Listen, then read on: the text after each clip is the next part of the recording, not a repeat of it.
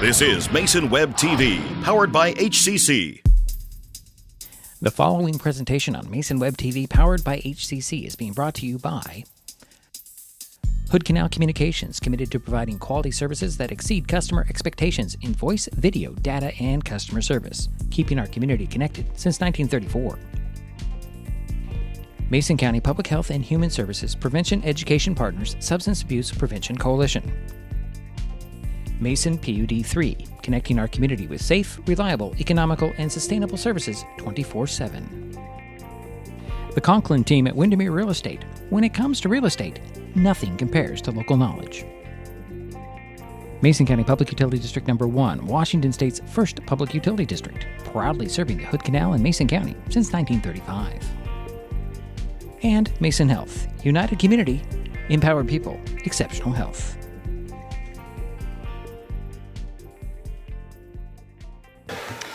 Welcome everyone. If you please take your seats, we're going to go ahead and kick off this evening's program. Welcome and thank you so much for joining us tonight. My name is Deidre Peterson. I am the President and CEO of the Shelton Mason County Chamber, the oldest and largest business organization in Mason County. We represent nearly 400 members and more than 6,000 employees, and it's my pleasure to be one of your hosts tonight, representing the business community and our partners, the North Mason Chamber of Commerce and the Economic Development Council of Mason County.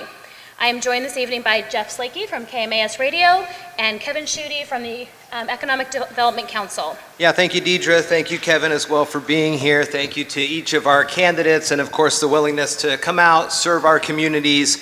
Public service, of course, is no easy task, and we appreciate you so much and your commitment to our community. We definitely look forward to hearing from you tonight about your future and visions for Mason County.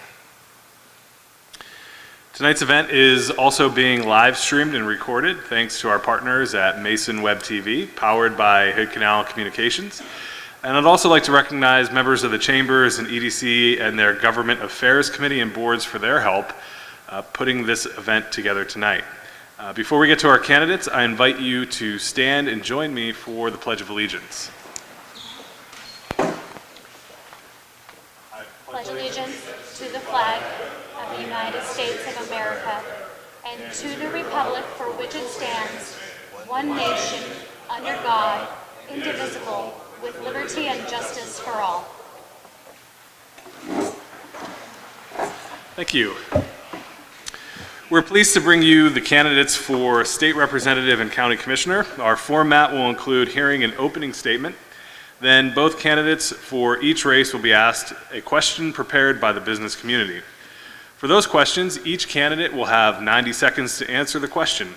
Whoever goes first will also be given 30 seconds to respond to their opponent. We'll then ask the candidates questions prepared by their opponent. They will have 90 seconds to answer those as well. There will be opportunities to respond or clarify with an additional 30 seconds, and the opponent will be given a final 30 seconds to answer.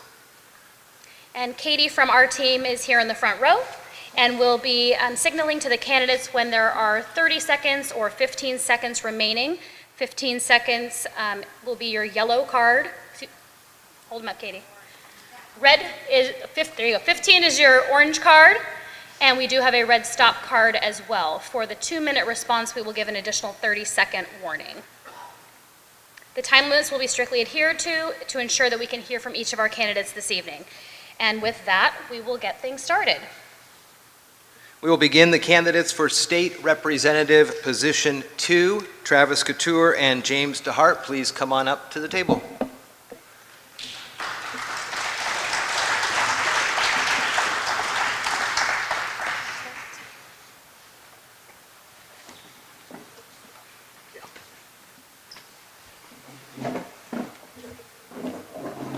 Thank you for joining us, gentlemen. Pleasure to be here. Representative Couture, since you were listed first on the ballot, we are going to start with you this evening. If you will please share with us your opening statement of 2 minutes, please let us know what you believe to be the role of a state representative, what makes you an ideal candidate, and what specifically has inspired you to run. You have 2 minutes for your opening statement. Well, thank you, and thank you for everyone to the Chamber, the EDC, and everyone who came out tonight to hear from all the candidates. I'm State Representative Travis Couture, proudly representing for the last 2 years the 35th Legislative District. A little bit about me, I'm a U.S. Navy veteran, and as our district is bookended by large military populations, I think that's an important perspective to bring to the office here in the 35th District. I'm a father of 4. One just moved out of the house. Go me and Julie. And 3 of our 4 kids are kids with special needs, so I've championed special education in our schools. I serve on all the committees in Olympia that deal with children, whether it be the Human Services Youth and Early Learning Committee, the K-12 Education Committee, or the Appropriations Committee that funds a lot of those things out of our state operating budget. And I've been very proud to do so and stand up for children in our state, whether they be the most vulnerable among us or whether they just need a little bit of extra help and a better education. I bring a different perspective to Olympia because I'm one of the youngest members of the legislature, which means I still have kids in school. And not very many members of the legislature still have kids in school today. So that's why I deal with a lot of children's issues, but also serving on appropriations, deal with a myriad of issues, anything that can involve the state budget, so it could be almost anything. It's work that I'm proud to do, and I'm proud to do it for you. It's your voice. It's your voice, and I have a little bit of an advantage because you've seen the things that I have done over the last 2 years, and you can plainly see my voting record and decide for yourself if those votes match your values. And I'm proud to have served for the last 2 years, and I would ask for your vote again. Thank you. Thank you, Representative Couture. James DeHart, you will also have 2 minutes. Please share with us what you believe to be the role of a state representative, what makes you an ideal candidate, and what specifically inspired you to run. Your opening statement of 2 minutes, please. Sure, thank you, and thank you to the Chamber for having me, and thank you to Travis for being here as well. My name is James DeHart. I'm running for the 2nd position, state rep in the 35th LD. I moved here in 2006 from the state of Montana because I wanted a better life for myself and my partner. And we got 3 months to find a job and find an apartment, and we did, and we have loved living in Washington ever since. Since 2008, I have been both a state and local government worker at certain times, all in the area of public disclosure and records management. So my job has basically been about government transparency for almost 20 years now. And I love doing that work. I think it's some of the most vital work that you can do in a government, because transparency is how we keep tabs on our government, and it's how we make sure that they're doing what they need to do, when they need to do it, and how they are spending their money on it. So to me, the thing that makes me uniquely prepared for this role is that I have been on the administrative side of legislation for the better part of 2 decades.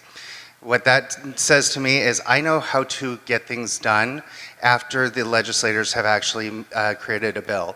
Sometimes legislators create a bill that is very, very obtuse, or it's pie in the sky dreamy, and those of us at the administrative level don't know how to implement it. So I want to bring a special bit of common sense to the state legislature, making sure that we can actually get things done for the people. And I really am looking forward to this debate, and I urge you to vote for me. Thank you. Thank you. I will now ask the questions that we've prepared for each of you. For this segment, we'll begin with James DeHart. After Mr. DeHart, Representative Couture will also answer. After Representative Couture's answer, Mr. DeHart will have an opportunity to respond. Mr. DeHart, in 90 seconds, please answer. 2025 is a budget year in Olympia. Legislators will surely have dozens upon dozens of individuals and groups in their offices with requests.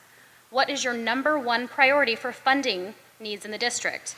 This can be capital, operating, or transportation. Sure. So my #1 thing is in educational funding. The legislature only funds about 84% of education. The rest is done by a bond or levy. And the state legislature has been told by the state Supreme Court that we need to fund education fully and equally across the state. We aren't doing that. So it's time that we actually got it under our belts to make sure that we create good appropriations for our schools and our children. One great thing about education is that when children are educated, we have safer communities. We have more intelligent communities. We have communities that actually work together and will make sure that things get done. So to me, education is of our paramount duty, and we need to make sure that we can actually get this done in Olympia for the first time since, a decade ago when we were told we had to do it by the Supreme Court. So I am ready to get in there and get my hands dirty and make sure that we actually give our kids a quality education the way we should. Thank you, Mr. DeHart. Representative Couture, you also have 90 seconds to share with us. 2025 is a budget year in Olympia, and legislators will surely have dozens upon dozens of individuals and groups in their offices with requests. What is your #1 priority for funding needs in the district, which can be capital, operating, or transportation? Yeah, thank you for the question. Rural communities like the 35th district and even here in Shelton, it's not as fully urban as some of the surrounding urban areas. We have all the same problems as the urban areas, but sometimes without the resources to solve those problems. And one of the things that myself and my seatmates Stan Griffey and Drew McEwen have focused on with our capital budget funds is to prioritize economic development, which will make Mr. Schuette happy, and also infrastructure, because we need more housing, and you can't have more housing unless you have water and power in the ground. And so we've focused a lot of our capital budget funds, our construction funds, on those things. And it is, a noble and goal that we should uphold the state's paramount duty to fully fund education. I have introduced bills to fully fund special education that the majority party turned down. We've been hearing fully fund education for 40 years. And the problem with it is that we've had one party rule for 40 years, and they just haven't done it. We need more balance in Olympia so that not only can we fully fund education, that we can actually get the results from our education system that we desperately need for our students. So I will continue to focus on economic development and infrastructure, but also fully funding education, and I'm sure there will be a lot more other things along the way. Thank you. Mr. DeHart, would you like to respond? If so, you have 30 seconds. Nope, I think I'm good, thank you. Thank you. The next question from the business community will begin with Representative Couture. After Representative Couture, Mr. DeHart will also answer, and after Mr. DeHart's answer, Representative Couture will have the opportunity to respond. Representative Couture, in 90 seconds, please answer. Recognizing the critical role that affordable and workforce housing plays in improving quality of life and growing Mason County's economy, what policies would you support or oppose to increase housing affordability and expand housing opportunities for residents? Please be specific. It's a big question. I don't know if we can get to all of it in this short amount of time. But we have done some things in the legislature to try to ease up on housing supply, and that's what we need is more housing, and more housing creates lower prices. We've eased up on ADUs, mother-in-law units, accessory dwelling units. We've also passed legislation to try to get more middle housing in our system. But we need a lot of housing, and right now we're suffering from high inflation, that some of it we can control and some of it we can't. However, we have a budget that has doubled over the last decade, and our incomes have not doubled. So really, housing is interlinked with affordability, and we have to find ways to live within our means in state government and to make sure that people can afford to live in our communities. I mentioned earlier how I have an 18-year-old that moved out. He can't live here. He can't, my own kids can't live here. It's not affordable enough for an 18-year-old to find a job and to live here. And that's devastating to me. We want to keep our kids here if they want to stay here. We want to keep our human capital that we train and we teach and we nurture. In order to get more housing, we need more supply, and that often means getting government out of the way. When you do things like trying to ban natural gas, it makes the cost of housing even more expensive when you have to electrify everything. And so we need to have an approach in Olympia of first do no harm, and we need to stop passing more and more onerous regulations in the Building Code Council and other ways that make housing more expensive. Thank you, Representative Couture. Mr. DeHart, you will also have 90 seconds to share with us. Okay, sorry. Sorry, I'll repeat the question. Recognizing the critical role that affordable and workforce housing plays in improving quality of life and growing Mason County's economy, What policies would you support or what policies would you oppose to increase housing affordability and expand housing opportunities for residents? Please be specific. Sure. I think first off, we need to revisit the permitting process specifically. Right now, apparently, it takes about 2 years to get a permit through, and you're waiting and waiting and waiting, and then say, you have more dreams than one, and that dream gets away from you, and suddenly your dream house is no longer. So we need to work on making sure that we can get the permitting process down to a leaner and easier process. Second thing is we need to start looking at the abandoned buildings and the abandoned homes that are in Mason County. And we need to start looking at ways that we can fix up these derelict buildings and make them affordable housing. I don't believe getting government out of the way is the way to do this. I believe that a government and private partnership is actually the better way to do this. If we can actually find a good cohesion between the two, we can actually work together to make sure that we build more units. I don't think that the private sector can do it all on its own, because the government is going to actually need to come in and help with funding, and as well as subsidies to first-time home buyers. I really love the federal thing that Ms. Harris is trying to do with a $25,000 down payment assistance, and I think that will go a long way to getting people into better housing. And with housing, we need that to make sure that our kids are successful in school and successful in life, because having a roof over your head accomplishes a lot of that. Thank you. Thank you. Representative Couture, would you like to respond? If so, you have 30 additional seconds. Thank you. Yeah, just really quickly, I think this highlights a difference that we might have, and that is, I do believe that government is in the way. When you look at the cost of what it takes to build a house, over 40% of it is due to fees and permits and regulations, and it's really government that is getting in the way here. And if you do things like adding $25,000, you're just increasing the cost of housing. And so these all feel good and they sound good, but they really increase the cost of housing. We need to, we need to have developers be able to pencil things out Thank you, and get a profit, and then also fix the Growth Management Act. Thanks. Thank you. We will now move into the questions that the candidates have prepared for one another. The first question has been prepared by Mr. DeHart for Representative Couture. Representative Couture, you'll have 90 seconds to answer Mr. DeHart's first question. Would you work to appropriate more money to fund rehabilitation centers for drug users rather than incarcerating them for non-violent offenses? Well, I think that's a simple answer. We have appropriated more money for those purposes. Here's the thing about homelessness is that, it's really oftentimes the intersection of substance abuse and mental illness that has been untreated. We can't be a society that continues to walk over people as they kill themselves in the streets. We need to have human compassion, and we need to try to save those lives.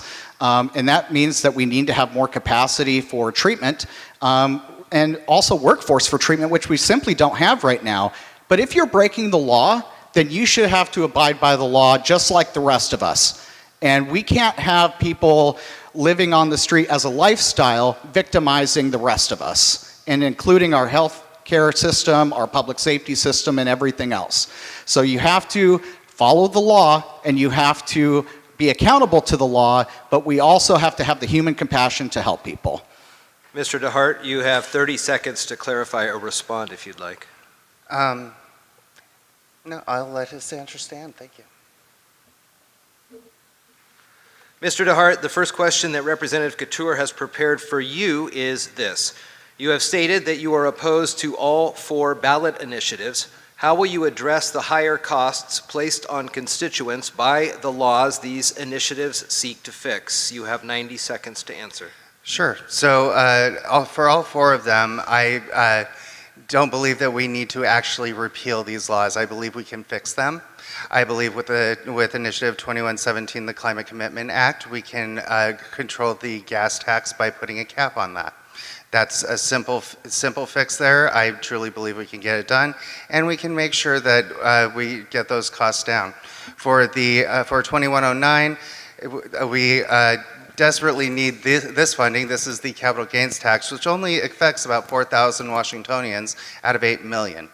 And it only has to do with capital gains from stocks and bonds, not real estate or anything else like that. So that's not going to cost probably anybody in this room any money on that one, and it will give us a $900 million budget to work with. Let's see, there's two, and then we have the long-term insurance. That I believe is vital for seniors and making sure that we are not going broke because of our medical bills. And I am just blanking on the fourth one right now. Oh, the natural gas repeal.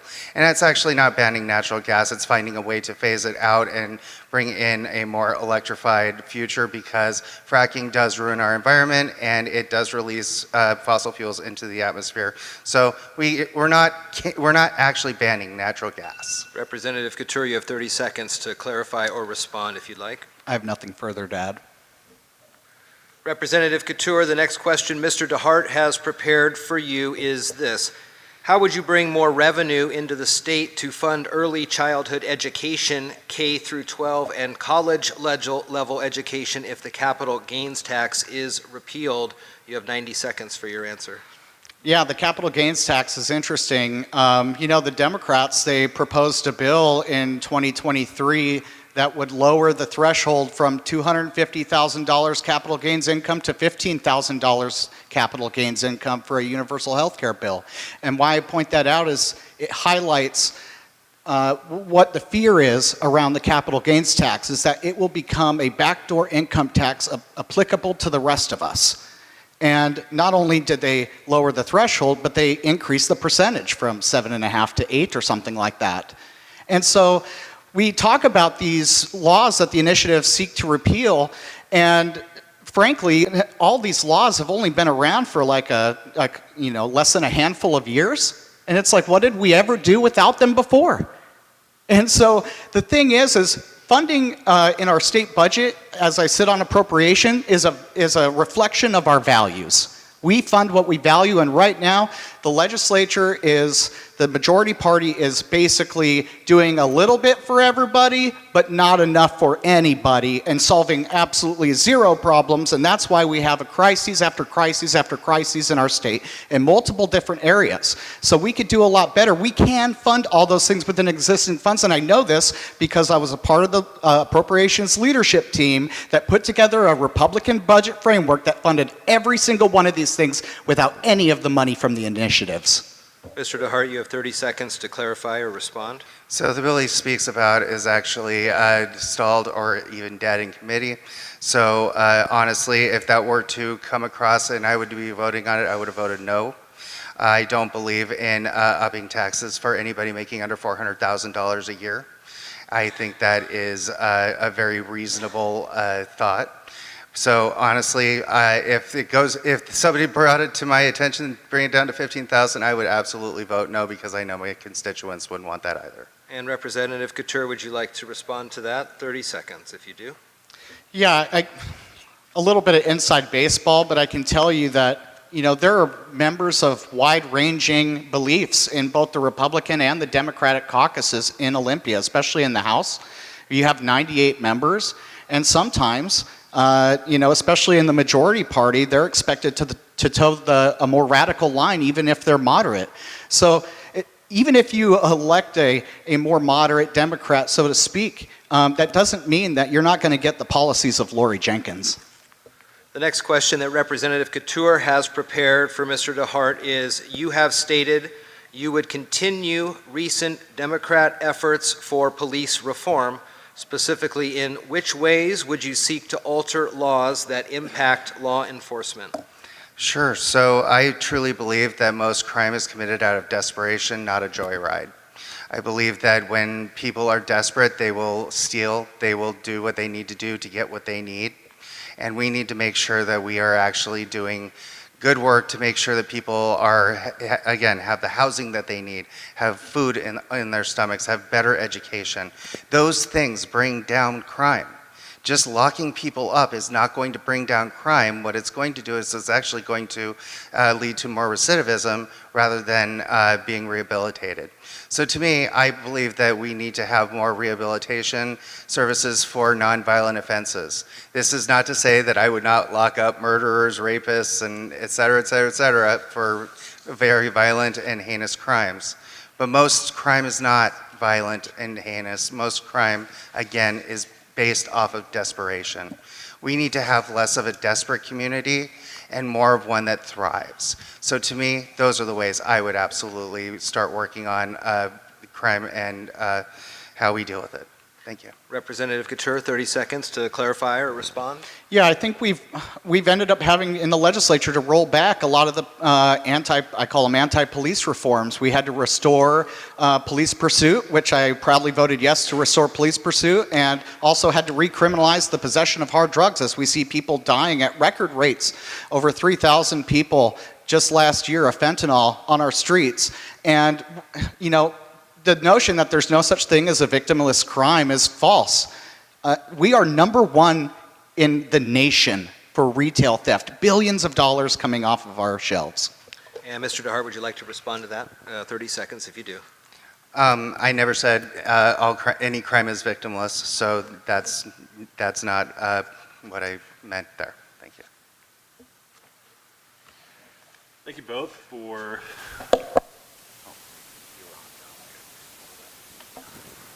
Like a DJ? Okay. Thank you both. It's a lot harder on this side of things than... Thank you both for fielding those questions from the chamber and from one another. We'll now move to closing statements, and you'll each have 2 minutes. As Representative Couture began with his opening statement, we'll hear first from his opponent, Mr. DeHart. Sure, thank you. And again, thank you to the chamber and thank you to Travis for being here tonight. I really enjoy these forums because I think they bring a lot to the community. Again, as a state worker and county worker of nearly 20 years, I believe that our best days are ahead of us and that government is not the problem. Government can actually help. I've spent almost 2 decades helping people, making sure that they get the records that they need, the records that they deserve, and make sure that transparency is the name of the game. And I have worked for a number of agencies, including Transportation, Children, Youth and Families, and even Mason County. So I have seen from almost every level of government how we can help people, how we can fix our issues, how we can work together to make sure that our communities are safer, better, and more productive than we have right now. We cannot continue on a trajectory of fear and incarceration. We need to actually bring joy into our community by helping each other out and making sure that we can do what we need to do to help our neighbors when they have issues. When someplace floods, we are happy to go out there and put sandbags up and help people get back to where they need to be. So my name is James DeHart. I'm running for position 2, state representative, and I'd be honored with your vote. Thank you. We'll end this segment with a closing statement from Representative Couture. Yeah, thank you so much for hosting this discussion tonight and asking the important questions. Once again, State Representative Travis Couture, I'd appreciate your vote for re-election one more time. It's been a pleasure to serve you. It's your voice. I'm your bullhorn in Olympia. You don't always win. You don't always lose. That's politics. But what matters to me is that your voice makes it into the House floor and into the committees. And I've been very proud to help out not only with many of the different constituent requests across all 3 counties in the 35th district, but also move the needle in critical ways. Record funding in the transportation budget for the 35th district, record funding in the capital budget for infrastructure and economic development. We've moved the Belfair bypass up. That's great news. We got a lot of other good things on the way. And even though we're in the minority party, we've been simply more effective than some majority party members in that arena. We work hard, myself and my seatmates. We fight for you every single day, and we listen to your needs. And I think, as a veteran, I served my country, and this was my next calling to serve my community. And it fills me with a lot of pride to sit on the House floor and to think about all of you and the things that you need, and to try to do my best to tackle all of those problems. And in Washington State, we have a lot of problems. We're in crisis mode. A crisis in public safety, a crisis in affordability, a crisis in housing, a crisis in childcare, a crisis in a lot of different ways. We're overtaxed right now. People are struggling. We have a lot of retirees in our community on fixed incomes. We can't afford more taxes. We have to live within our means in the government, and we have to be able to take care of the people who need us most. And those are the people, all of you, and those people I think about every single day, and I do my level best to fight for you every single day, and that's what I'll continue to do, is fight, because I'm not done yet. Thank you. Well, we appreciate both of you for sharing your views. Thank you so much. We'll take a 5-minute break now as we prepare for our county commission candidates.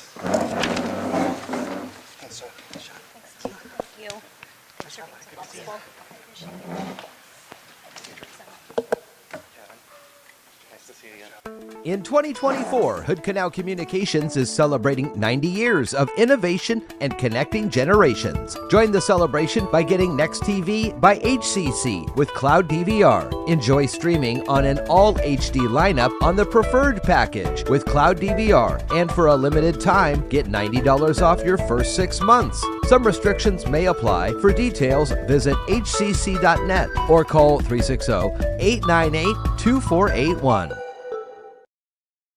With all the question marks and uncertainty that surrounds today's real estate market, it is nice to know that there is a local team that has the experience with all types of markets to ensure you make a sound decision, whether selling or buying. The Conklin team at Windermere Real Estate has been a staple in the Mason County community for over 40 years. Feel free to reach out to Jeff, Andy, Chrissy, or Laura with any real estate questions that you may have. When it comes to real estate, nothing compares to local knowledge. An important safety reminder from Mason PUD 3. Please never touch a downed power line. If a power line falls on your vehicle, stay inside and call 911. Tell others to stay back. Wait for emergency personnel. Never touch anyone or anything in contact with a downed power line. Always stay at least 100 feet away. Never use an object to move a downed wire. Don't remove trees or limbs near a downed line. Electricity travels through ground, trees, branches, and more. It's not safe. If you see a downed line, call PUD 3 at 360-426-8255. Kids can't tell when food or drinks include cannabis, especially when the package is fun and colorful. Remember to store in a safe place, out of sight and out of reach. Brought to you by Mason County Public Health and Mason County Substance Abuse Prevention Coalition. This presentation on Mason Web TV, powered by HCC, is being brought to you by Mason County Public Utility District Number 1, Washington State's first public utility district, proudly serving the Hood Canal in Mason County since 1935. We're going to move to the county commission races, and we're happy to bring you the candidates for District 1, Randy Netherland and Will Harris, and for District 2, Tom Beeben and Pat Tarswell, to share their platforms with you. We'll proceed in ballot order for opening statements. Commissioner Netherland, we will start with you. Please share with us what you believe to be the role of a county commissioner, what makes you the ideal candidate, and what specifically has inspired you to run. You have 2 minutes for your opening statement. Thank you, everybody. My name is Randy Netherland, and I'm one of the longest-serving commissioners in the history of Mason County. I came here when I was 15 years old. I ran away from home. I lived in Belfort, a little trailer with no power, no water. They took me in, they raised me, and I do everything I do because I owe them everything I have, including my identity. What makes me a good candidate is because I am a part of the community and always have been. I'm never confused with who I work for. I'm never confused with who I represent. I'm never confused on what I'm supposed to get done for them. I've worked real hard over the years to protect them. I've worked real hard over the years to protect their money and to protect their rights. And when all is said and done, every time trouble has come around, like the COVID or anything, I've never left them. I stood with them. Even if it was get 3,000 people to get their shots and help them literally on my name, or helping those that didn't want to get the shots to be protected, not to have to get them. When it comes to representing your community, the very first thing you have to do is be there. I believe that I'm the right one because I've always been there for them. I continue to be there for them, and everything I do, I'm usually successful, even if I have to take a beating to eventually get there. Just like when you look at our tax situation that we've done here in this county, we haven't raised taxes in years, and that's not an accident. And if you remember in the papers, I had to take a lot of beatings to get us there. But it did make a difference. We were successful, and we haven't raised taxes in years. We were one of the most broke counties in the county. Now we're doing exceptionally well per capita. We have more money in the bank than we've ever had, and we are the most financially sound position we've ever been in the history of Mason County. My name is Randy Nedlin. I appreciate that you've given me 12 years, and I'm asking you to consider to give me 4 more so that I could be there to protect you and be there for you in the future. Thank you, Commissioner Netherland. Will Harris, you also have 2 minutes. Please share with us what you believe to be the role of a county commissioner, what makes you an ideal candidate, and what specifically inspired you to run. You have 2 minutes for your opening statement. Thank you very much, Jeff. Good evening, and thank you to the Chambers of Commerce, the EDC, Mason Web TV, and KMAS Radio for hosting this evening. The role of the county commissioner is to serve you, the people, to work with the other commissioners to determine how county taxes are spent, to determine what ordinances or laws are needed, and to work with community members, with business, to determine and help develop solutions to move the county forward. I'm the ideal candidate because I have 40 years of management, including executive management and leadership experience that I think is critical to help move us forward. I grew up in Puyallup. I attended St. Martin's College where I met my lovely wife of 40 years and got a degree in civil engineering. I completed a career in the Air Force, retired as a colonel. I led a community support organization of 1,000 people, or 1,000 people and $100 million a year annual budget. Together, we as a team delivered all public works, engineering, logistical support, billeting and food services, and security to a test and training program for the Air Force. On a more serious note, I'm a public servant, okay? We all too often have long-term political incumbents who become accustomed to the power and the popularity of their position. They forget why they're in their office. That is to serve you. All too often, incumbents run on term after term, making the same promises, but never quite delivering. They need one more term. In this campaign, I make a promise here today. I will serve 2 and only 2 terms if you elect me. At that point, I will have completed what I need to do. I will make space for the next person to move forward to be a public servant. I ask you to consider hard. Vote Will Harris, County Commissioner. Thank you. Thank you, Mr. Harris. Moving on to opening statements for the candidates for District 2. First in ballot order is Tom Beeben. Mr. Beeben, please share with us what you believe to be the role of a county commissioner, what makes you an ideal candidate, and what specifically inspired you to run. You have 2 minutes. First, I just want to say thanks to the Shelton Mason County Chamber, the North Mason Chamber, KMS, and Mason Web TV for hosting tonight. My name is Tom Beeben. I am a husband of 21 years. I am a father to a 9-year-old daughter named Grace. I've been a business owner and property owner in Mason County, a business for 17 years and property owner for 12. I think the role of a county commissioner, we can all go and Google online or look at the county website and find out. But I think what's most important is that we act as a conduit between government and the will of the people. That without any influence from outside parties or outside businesses, we make decisions that are in the best interest of all of the people in Mason County. What makes me an ideal candidate is my love and passion for public service. I've spent the last 17 years in business and many other times in my life working for the people of Mason County. I've been awarded both Citizen of the Year and Business of the Year by the Shelton Mason County Chamber of Commerce, and to the same point was awarded with a prestigious alumni award from the university I attended in college. I am solely motivated by service to my community and for my community. I've got friends and business supporters over the last 17 years on both sides of the political spectrum. I really don't care for who you vote for on a national scale or who you support on a national scale. All I care about are the people of Mason County and moving it forward and getting more people in Mason County the ability to live the way that I have. My wife and I have come here to Mason County and been able to live out our American dream here, and I want that for more people. Thank you, Mr. Beeben. Pat Tarswell, you also have 2 minutes. Please share with us what you believe to be the role of the county commissioner, what makes you the ideal candidate, and what specifically inspired you to run. Your 2-minute opening statement, please. Well, the role of county commissioners, as I see it, is pretty much summed up in one word: leadership. Our job as county commissioners is to set the policies and goals for the county, short-term and long-term. We have to set the direction, set the path for the direction this county is going to go. So that's it in a nutshell. That involves a whole bunch of jobs, like overseeing all the budgets and the financial aspects of it, resolving personnel issues. That's all the details of it. But the real job is leadership. Well, I've been a business owner for 33 years. And as the CEO, my job is to set the budgets, set the goals, and plan out the future of my company. I work with a board, so I don't get to do this alone. If you elect me, I won't get to do it alone as a county commissioner. It takes 3 commissioners. You've got to get a majority of them to make a decision. But I work well with others, and I can look to the future. I've been doing that for 33 years of what it takes to get the job done. In my business, we buy from Switzerland frequently.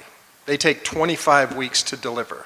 The products we ship, our customers expect delivered in 2 weeks. So we have to be very forward-thinking, and we have to project really well. So what makes me an ideal candidate are those features that gives me the skill and the ability to predict the future and work on making Mason County better for all the citizens. Pat Tarswell, Mason County Commissioner, District 2. Thank you. Thank you, Mr. Tarswell. I will now ask the questions that the EDC and the chambers have prepared for you. For this segment, we'll begin with District 1, starting with Mr. Harris. After Mr. Harris, Commissioner Netherland will also answer. After that, Mr. Harris will have the opportunity to respond. Mr. Harris, in 90 seconds, please answer. Mason County has received capital funding for projects like the State Route 3 Freight Corridor in Belfair that support both our community and the region. What is your perspective on strategizing and collaborating regionally, and how would you work with policymaking and community partners to advance Mason County's goals? Please be specific. Repeat the last piece. And how would you work with policymaking and community partners to advance Mason County's goals? Okay. Great. No, great question, and thank you. So the way we want to work this together is, you look at like the Planning Advisory Commission, there are also regional level planning teams that work together, just like in the 35th Legislative District. So there is one on transportation, there's one on long-term community planning. What we want to do is we want to collaborate with those teams and find common goals. We talk a lot about looking at, particularly Mason and Kitsap, and how those 2 counties will work together. There is significant growth occurring in Kitsap, and there's a large concern that that growth is going to take away from Mason. So how do we collaborate with them and work together? And so I think we do that at a policy level. I think we work with our representatives and our senator to work that. I see that as really the basis. It's I would like to see us work it, from our county goals to move forward with the regional goals, and then work with state and advocate and obtain state monies. Thank you. Thank you, Mr. Harris. Commissioner Netherland, you also will have 90 seconds to share your thoughts. Mason County has received capital funding for projects like the State Route 3 Freight Corridor in Belfair that support both our community and the region. What is your perspective on strategizing and collaborating regionally? And how would you work with policymaking and community partners to advance Mason County's goals? Again, please be specific. I want to clarify that that's actually not an actual correct statement. Mason County did not receive those funds. Those are state funds. They'll stay within the state, and they'll be in the construction through the state funds as well. We collaborate together in order to get to this place. Back many years ago here, the bypass, being an example that you used, has been on the books since 1951. That was the original time we ever saw it. We've always wanted it, we've always talked about it, we had different ways of looking at it. At one point, it was even a county project. Then we had an opportunity. I went forward and I found out that a lot of the representatives at the time would not work together. They wouldn't work along, they only would work along party lines. One said, if that one votes for it, I won't. If this one does, I won't. So one of the things I did is I actually worked with them, got together, went to our congressman and asked him to help us put together something that would have an impact on all the elected representatives. They weren't afraid of me as an individual. They're not afraid of you. They're afraid of your sphere of influence. So I went to the representative and I asked him to help us put together this committee that became very powerful. We asked for the elected officials of the cities, the counties. By getting them all together, they were selling our project, we were selling theirs. With that, we had that project put into the gas tax. If you didn't like a gas tax, that's fine. I wasn't a fan of it either. But if we're going to do it, it had to be in the project. The project had to be in the law. By working together, we did it, and that's why we're successful. That's why it's happening today, and it's that type of thing that it takes to work together to make more things happen in the future. Thank you. Mr. Harris, would you like to respond? If so, you have 30 seconds. No response. Then moving on to District 2, starting with Mr. Tarswell. After Mr. Tarswell, Mr. Beepin will also answer. After that answer, Mr. Tarswell will have an opportunity to respond. Mr. Tarswell, in 90 seconds, please answer the same. Mason County has received capital funding for projects like the State Route 3 Freight Corridor in Belfair that support both our community and the region. What is your perspective on strategizing and collaborating regionally, and how would you work with policymaking and community partners to advance Mason County's goals? Please be specific. Well, my view on the Belfair bypass is it's long overdue. As long as we've lived here, that's something that our state representatives have been working on. It's been promised forever. I'm glad to see that it's finally going to happen. Thanks actually to Travis, and Dan, and Drew. So how do I plan to work and collaborate with them?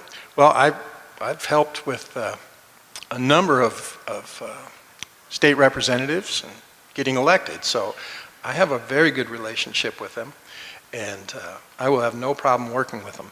The areas I'd like to attack is where, as Travis said earlier, government is interfering in the lives of the Mason County citizens. Well, there's things that we can't change as commissioners, but working in collaboration with our state reps, I think we can start making some of the improvements. Travis mentioned growth management as one of those. It's one of the things we need to work on to get rid of. I'll paraphrase Ronald Reagan. Should a bunch of ruling elite over in Olympia control your lives, or can you control it better? I think you can do a better job than they can in Olympia. Thank you. Thank you, Mr. Tarswell. Mr. Beeben, you will also have 90 seconds to share. Mason County has received capital funding for projects like the State Route 3 Freight Corridor in Belfair that support both our community and the region. What is your perspective on strategizing and collaborating regionally, and how would you work with policymaking and community partners to advance Mason County's goals? Again, please be specific. I think the Belfair Bypass Project is a great example of collaboration between local government and state government.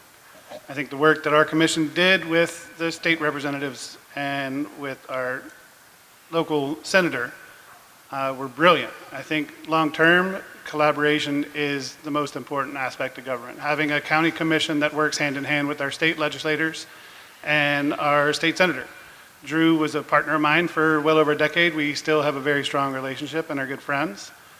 I think it's really also important that we get all stakeholders involved when we make decisions, especially when it comes to infrastructure. I think we need to work with our state legislators on a plan moving forward for capital improvements in areas we are going to grow. I think we can all acknowledge that we are the last place that's able to grow on the Sound. Growth is coming. We need to plan for it properly, and for lack of a better term, let's grab the bull by the horns and let's work with growth and not let it overtake us. You know, I think we have to have down the road a plan. Let's look at a 10-year plan for sewer up to Hoodsport, which is an area that's grown exponentially with the advent of social media and tourism over the last decade. I think really working with our state legislator and working with stakeholders involved, we can all make progress. Thank you, Mr. Beeben. For the second question we've prepared, we will begin with District 2, starting with you. And Mr. Bevan, after you, Mr. Tarswell will answer. You will then have an opportunity to respond. Mr. Bevan, in 90 seconds, please answer. The Shelton urban growth area includes both incorporated and unincorporated Shelton. How will you work with the Shelton City Council on issues that affect businesses and residents alike, such as utilities, transportation, and annexation? Again, please be specific. I think looking forward, as we do grow, it's really important that we work within the boundaries of growth management. I think the state over the next year or so will relax parts of that because of our urgent need for housing. I think areas of our urban growth area, there are a couple places in particular in the county where we have water access and we have sewer access that we need to target for growth, particularly in housing. I think the last multifamily unit that was built in Shelton or in the UGA was about 25 years ago. And we have a desperate need for not only housing at all levels, but affordable housing. I think Reps Couture and James alluded to that earlier, that it's a problem that we face as a state, it's a problem that we face locally. But growing within the urban growth area and preventing urban sprawl over time is probably the best way to go. Mr. Tarswell, you will also have 90 seconds to share. The Shelton urban growth area includes both incorporated and unincorporated Shelton. How will you work with the Shelton City Council on issues that affect businesses and residents alike, such as utilities, transportation, and annexation? Again, please be specific. 90 seconds. I won't have any problem working with them at all. I was just discussing with George earlier about some of the problems he's facing and how there's a real push just for more taxes and more taxes. Well, that's not directly linked to urban growth area, but it is tangentially related to it.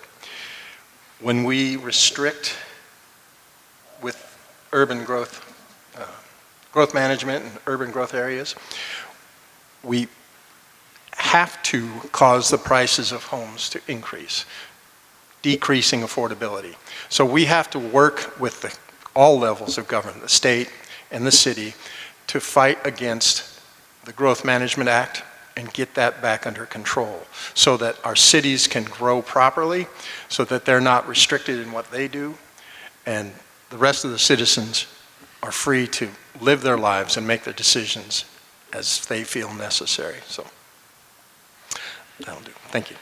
Thank you. Mr. Bevan, would you like to respond? If so, you have 30 seconds. No response. Okay. Then moving back to District 1, starting with Commissioner Netherland. After Commissioner Netherland, Mr. Harris will also answer, and after that answer, Commissioner Netherland will have an opportunity to respond. Commissioner Netherland, in 90 seconds, please answer the same. The Shelton urban growth area includes both incorporated and unincorporated Shelton. How will you work with Shelton City Council on issues that affect businesses and residents alike, such as utilities, transportation, and annexation? Again, please be specific. You have 90 seconds. First one, annexation. I have no problem with annexation, but I have a problem with forced annexation. As long as we allow the people to make their own decision on what goes in there, that's not a problem for me. The difference between me again and everybody else is I'm actually already doing this. We're all doing this.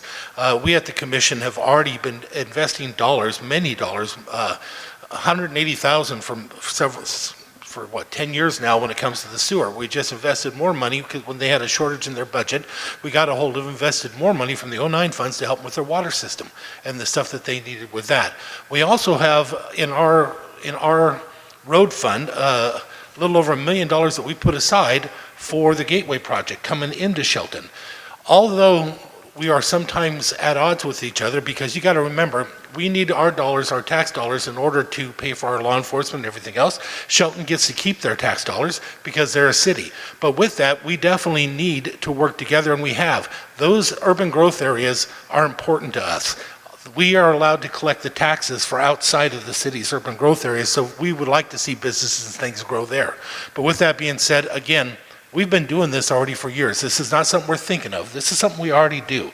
We're already paying the money to do it, and we already support many of their projects. My good friend back there, as he just mentioned, George, we work together all the time. When you want to sit down and have coffee with me, all you got to do is come sit with me at Nita's, as I have coffee there all the time and meet with people. Thank you, Commissioner Netherland. Mr. Harris, you will also have 90 seconds to share.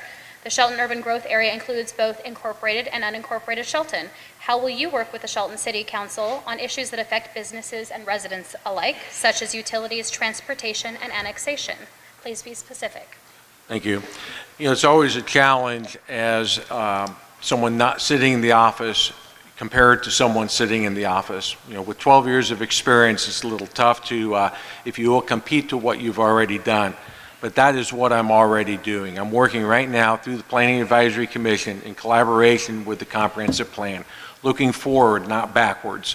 We're looking at how transportation, how utilities, how the entirety of the community is going to grow, not only from a city perspective, but also from a county perspective. And the city is doing a plan at the same time the county is, and it's literally tied at the hip because we are one community. How will I do it? Exactly like I've done it for the past 40 years. One-on-one, talking to individuals, looking at what the needs are, and then trying to balance the requirements. You know, I agree with my opponent. Dollars are tight, and everyone has an opinion as how it's to be spent, and it's a tough balance to figure out what do you do. But you look at like the city of Shelton right now, they're struggling with water quality, water storage, water distribution, and primarily the first two. So how can we help and support in that while maintaining and appropriately using county dollars for county requirements? Thank you. Thank you. Commissioner Netherland, would you like to respond? If so, you have 30 seconds. Nope, I'm good. Thank you. We'll now move into the questions that the candidates have prepared for one another. We'll continue with District 1. Commissioner Netherland did not submit questions to his opponent based on the time allotments by the Shelton Mason County Chamber. We'll move directly now to Mr. Harris's question for his opponent. The first question that Mr. Harris prepared for Commissioner Netherland is, in 2017, you voted to reduce the Sheriff Department budget by $1.5 million or 11%. That decision reduced Mason County to the lowest deputy population ratio in Washington and one of the lowest in the nation. Why did you make that choice rather than take deeper cuts elsewhere? You know, it's sad. One of the problems with having somebody that's running for office that wasn't here and has no clue about it, they're saying things that they don't know is not true. What is it Ronald Reagan said? It's not that they're ignorant. There's just so much they know that ain't so. With that being said, I can tell you right now, in 2017, we did have some budget cuts. We did some realignments at the county. We had to live within our means. One of the things that he forgets and doesn't know or pay attention to, because I know they talked about it in one of the planning groups, is that we actually also took and diverted funds from the road funds of $1,080,000 at the time. We never were the lowest in the state of Washington or the lowest in the nation. None of that is accurate. None of that is true. We never laid anybody off when we did our budget cuts. Not one deputy got laid off. Not one. We had somebody that was in school that ended up going to someplace else, but that was the end of it. And with that being said, at the end of that year, in 2017, the Sheriff's Department turned back because they were not able to use it $400,000 that year. I don't think that they were damaged. So with that being said, it'd be really nice if we actually knew what we were talking about instead of just taking some round numbers and throwing it out there. Mr. Harris, you have 30 seconds to clarify or respond if you'd like. Absolutely, I'd love to. So the sheriff's budget,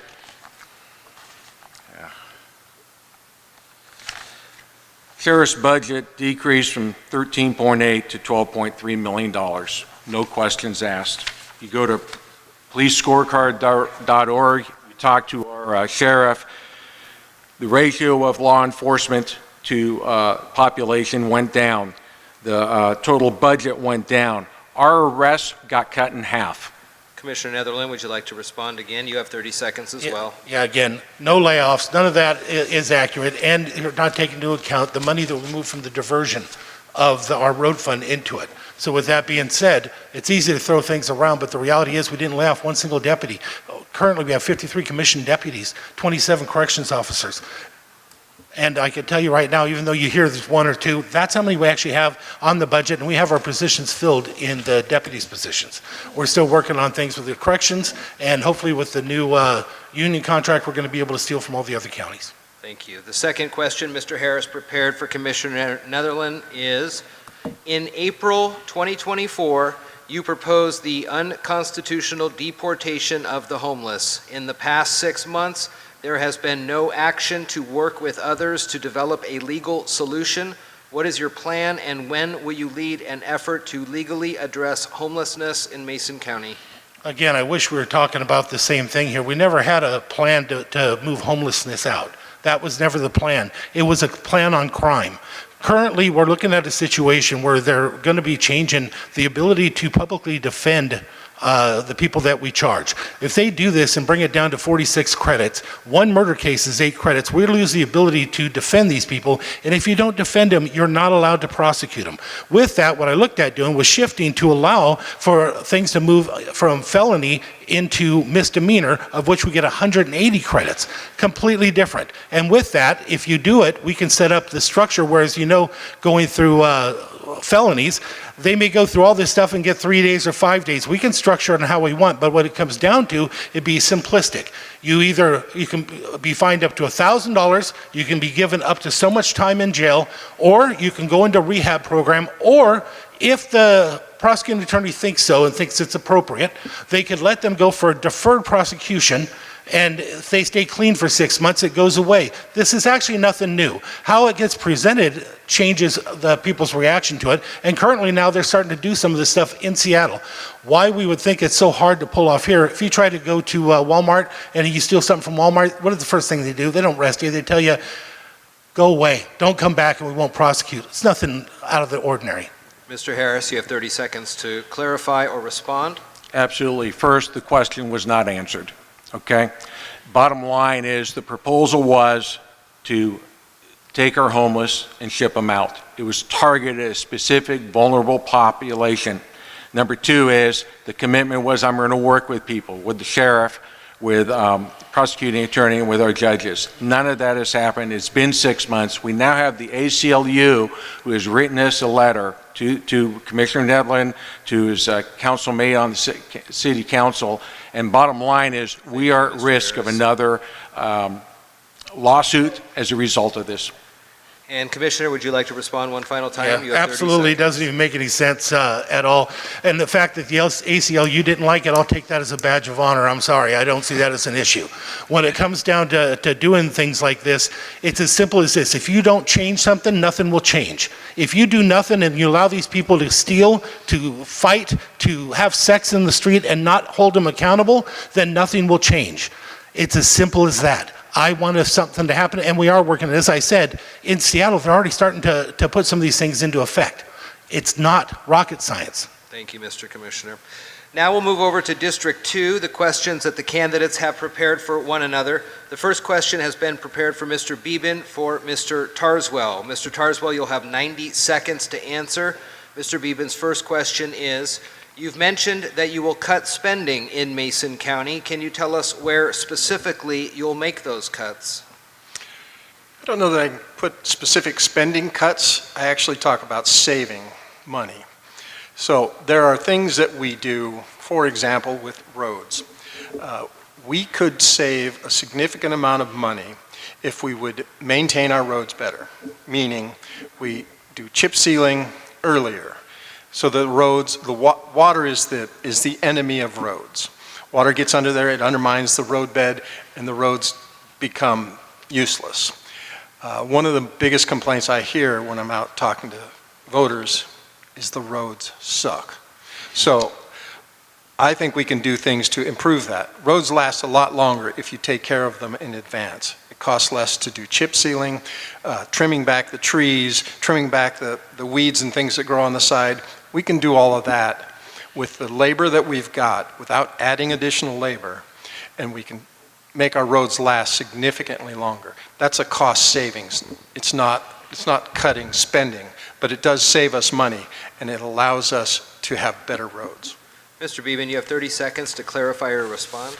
No response.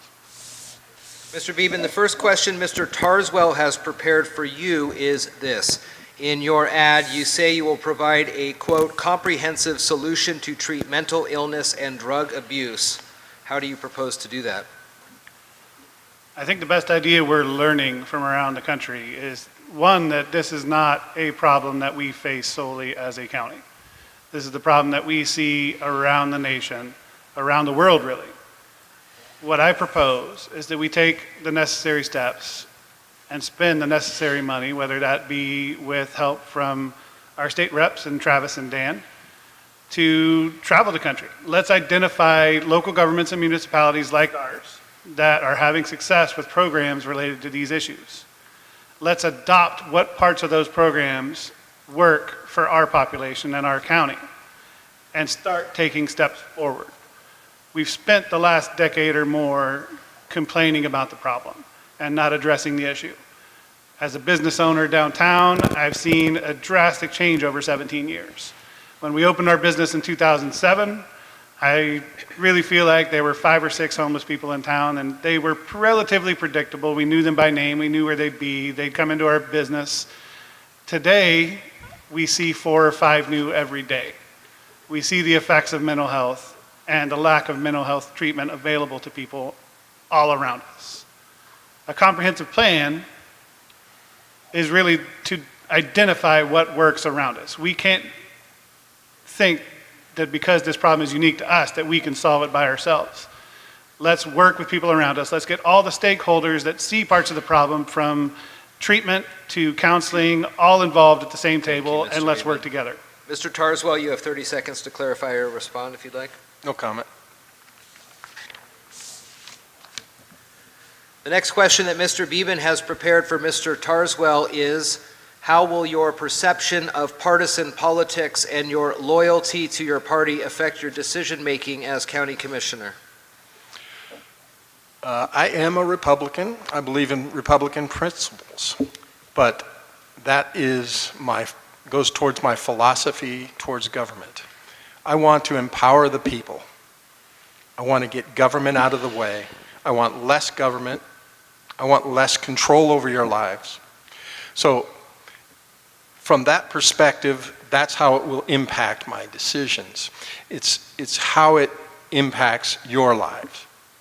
I want government to not be a problem in your lives. I want government to be there to protect your rights. And that's really the fundamental reason government exists. It says it in Article 1, Section 1 of the Washington State Constitution. The last sentence of that article says, and are established, speaking of governments, to protect and maintain individual rights. So the reason we have government at all is to protect your rights. That's how it'll affect my decision making. That's how it'll affect everything I do. That's how I will set the goals.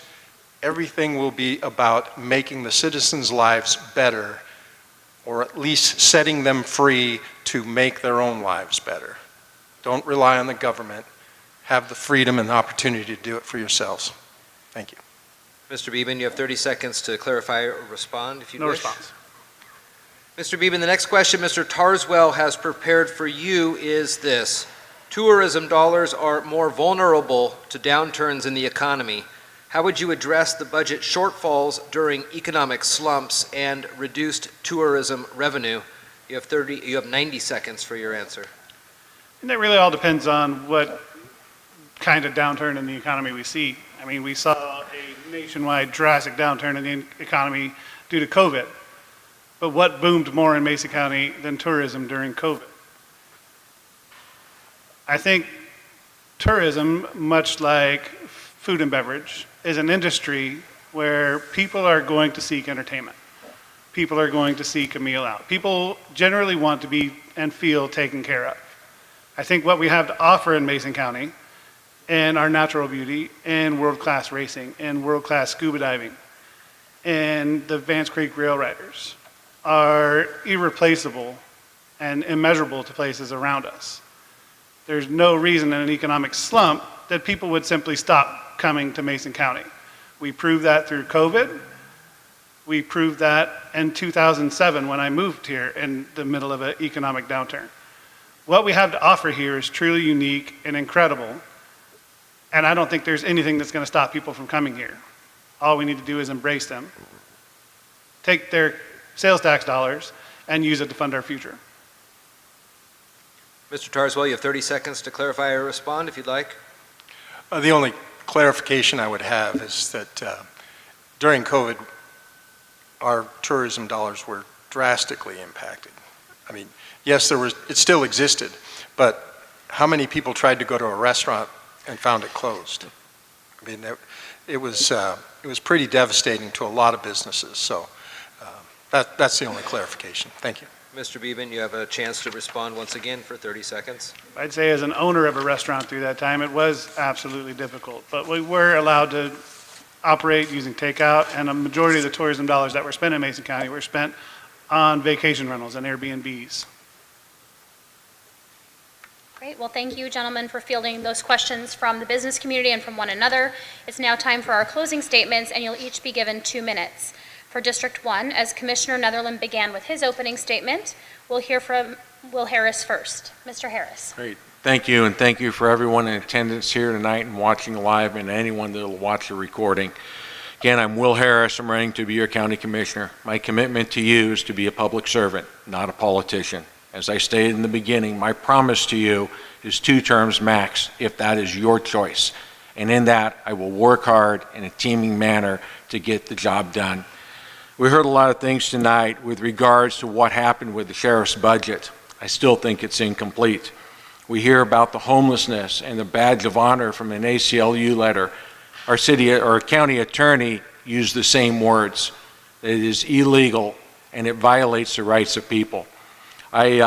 Please, folks, if you're interested in more, harrisformasoncounty@gmail.com. I'll send you the packet of backup information from the county public records.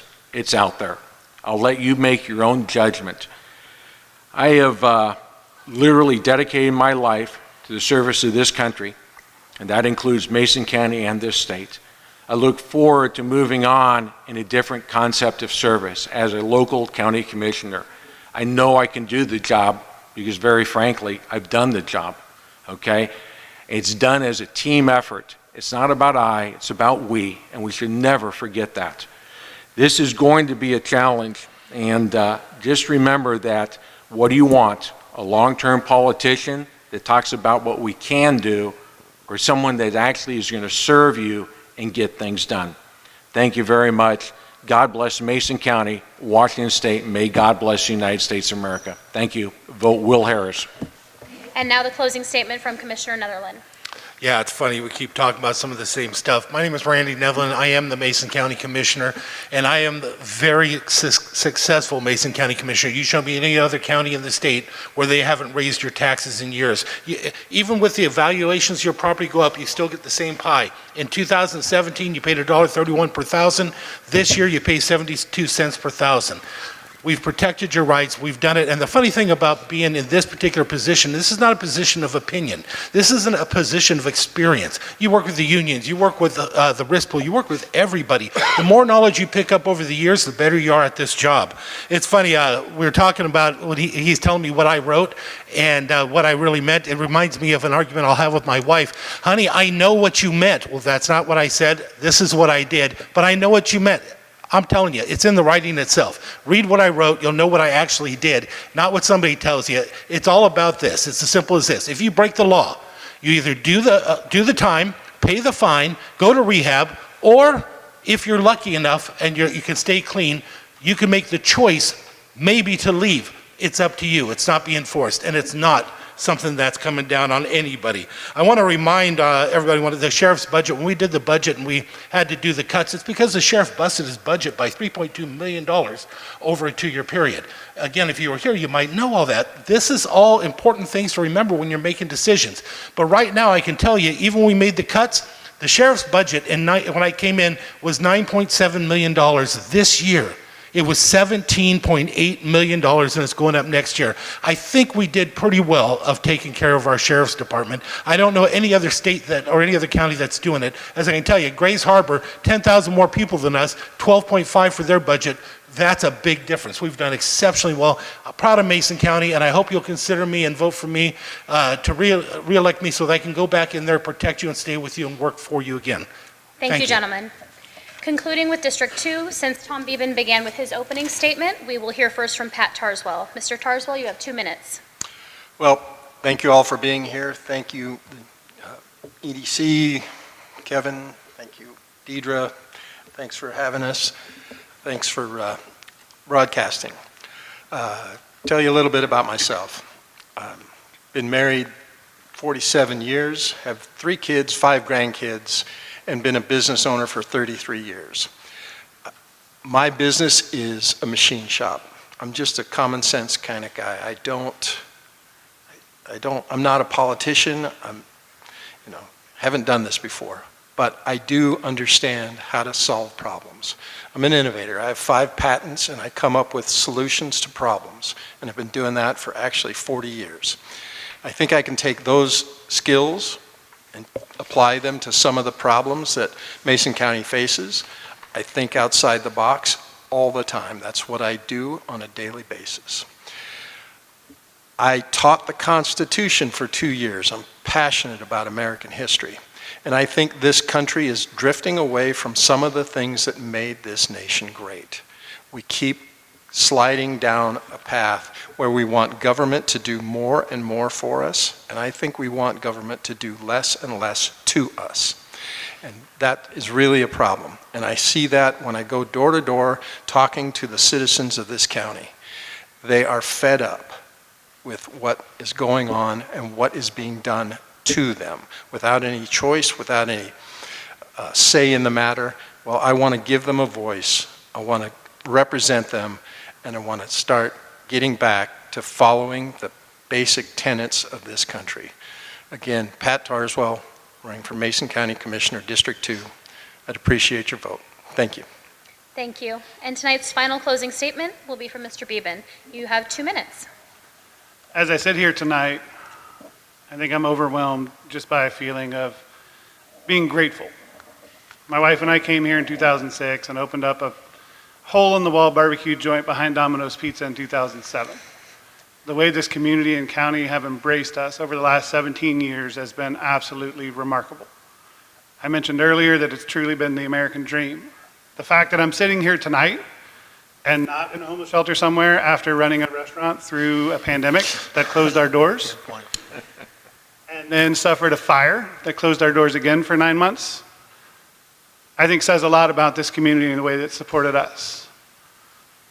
I think it also says a lot about the way that we've used our business as a platform to provide for and to care for our community.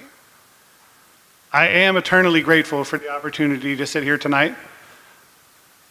I am motivated in whole by public service, and I always have been.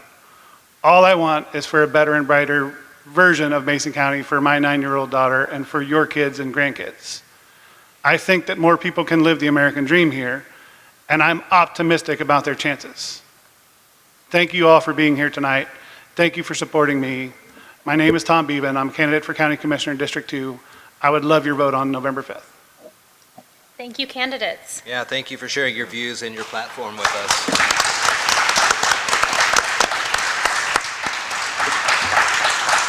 Thank you to everyone who joined us in person tonight and those of you watching online. We appreciate each of the candidates for joining us and for their willingness to serve our community.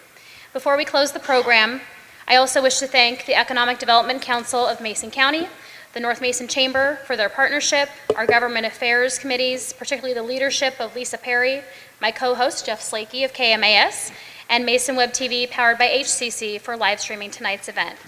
I want to remind folks, too, that tomorrow night, the League of Women Voters has their speed dating forum. If you have not seen this format, it's something to behold. It's at PUD 3. It will also be streamed, portions of it, through Mason Web TV, so thanks to Diedrich for that as well. That is available for more information online. Election Day, November 5th. Get those ballots in by 8 p.m. to one of our secure drop boxes across the county or into the mailboxes. And I know Mason County Auditor Steve Dunkel is doing a great job in election security and making sure everybody's vote is safe and counted. Please mingle here throughout the rest of the evening, and now a great opportunity to corner some of these candidates for you out there. Thank you so much, everybody.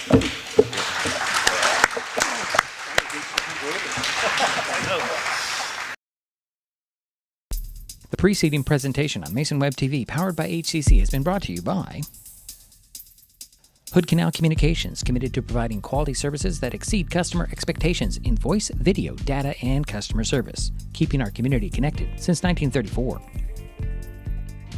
Mason County Public Health and Human Services Prevention Education Partners Substance Abuse Prevention Coalition. Mason PUD 3, connecting our community with safe, reliable, economical, and sustainable services 24/7. The Conklin team at Windermere Real Estate. When it comes to real estate, nothing compares to local knowledge. Mason County Public Utility District Number 1, Washington State's first public utility district, proudly serving the Hood Canal in Mason County since 1935. And Mason Health, united community, empowered people, exceptional health. Thanks for watching Mason Web TV, powered by HCC.